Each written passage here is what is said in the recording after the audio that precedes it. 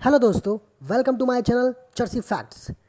क्या आपको पता है, एक थके हारे टेंशन से भरे दिन के आखिर में रोम रोम को खुश कर सकता है गर्मा गर्म दाल और चावल, और उस पर हल्की सी देसी घी, साथ में आम का अचार हो तो वाह भाई, अगले 2 दिन का स्ट्रेस रफू चक्कर। आप कितने भी पिज्ज़ा, बर्गर, पास्ता खा लें, जो सुकून घर के दाल चावल खाने में है ना, वो कहीं भी नहीं। हाथ से खाने से कई लोगों को गुरेज है, लेकिन हाथ से घर की दाल चावल का एक निवाला भी जीभ पर रखिए, तुरंत सर दर्द, थकान सब गायब होते दिखेंगे आपको। हाँ, तो आज हम बात करेंगे 8 ऐसे डिशेस के बारे में जो देखने सुनने में भारतीय तो हैं, हम भारतीयों के रोज़मर्रा के खाने का अहम हिस्सा भी है, लेकिन भारतीय नहीं है। पहला, समोसे। हमारे सुबह और शाम के चाय का साथी है समोसा। इतना गहरा याराना है ना भारतीय और समोसे का। लेकिन समोसे का जन्म भारत की धरती पर नहीं हुआ, ये मध्य एशिया से सफ़र करके भारत पहुंचा। शुक्र है इन घुमंतू व्यापारियों का कि ये दिव्य खाने की वस्तु इनके साथ घूमते घूमते मध्य एशिया से होते हुए दक्षिण एशिया तक पहुंच गई।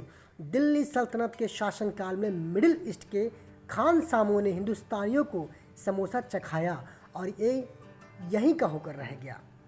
दूसरा, गुलाब जामुन।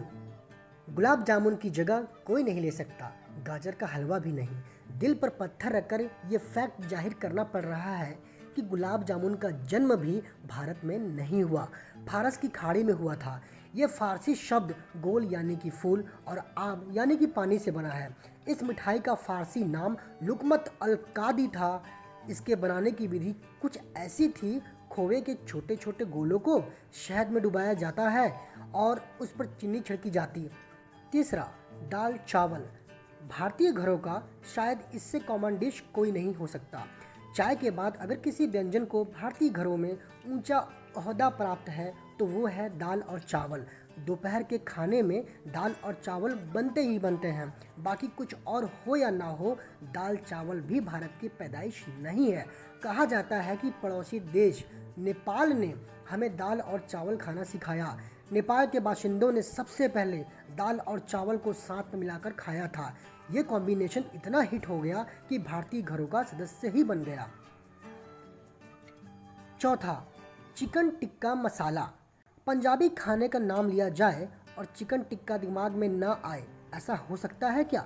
स्टार्टर हो या समझ ना आए कि ऑर्डर क्या किया जाए, अधिकांशतः नॉनवेज खाने वाले चिकन टिक्का ही चुनते हैं।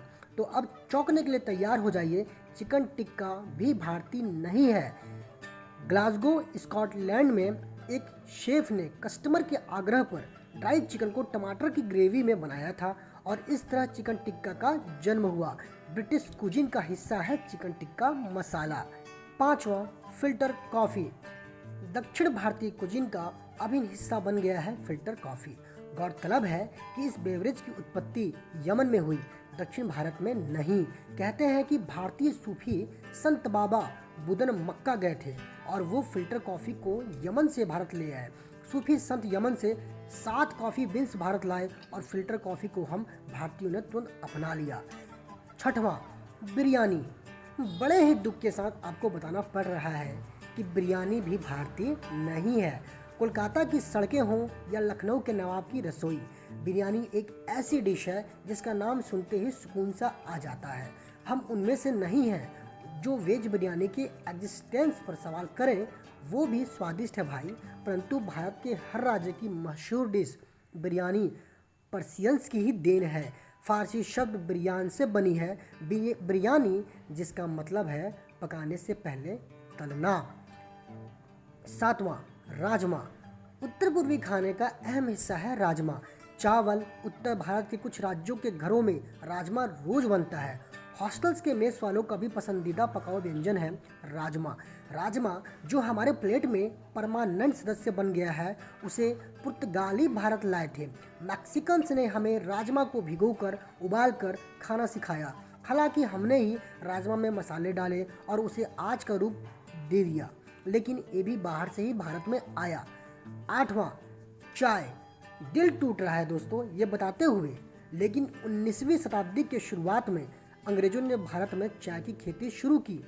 चाय भारत की नहीं बल्कि चीन की देन है। हाँ, दूध, अदरक, शक्कर वाली चाय हम भारतीय ही पीते हैं, लेकिन चीन में हजारों सालों से चाय को बतौर औषधि इस्तेमाल किया जाता रहा है। 1830 में अंग्रेजों ने भारत में चाय उगाना शुरू किया। उन्हें डर था कि चाय पर चीन का एकमात्र राज ना हो जाए। एक आर्टिकल की माने तो अंग्रेजों ने ही उत्तर पूर्वी राज्य के भारतीयों को चाय उगाना, प्रोसेस करना आदि सिखाया। खैर, उन्होंने अपना लाभ ही देखा, लेकिन फिर भी हमने लाख दुखों की एक दवा अदरक वाली चाय का आविष्कार कर ही लिया। तो चर्सी फैक्ट्स के साथ ये रोचक जानकारी आपको कैसी लगी, ज़रूर कमेंट्स करके बताएं और चैनल को सब्सक्राइब करना ना भूलें।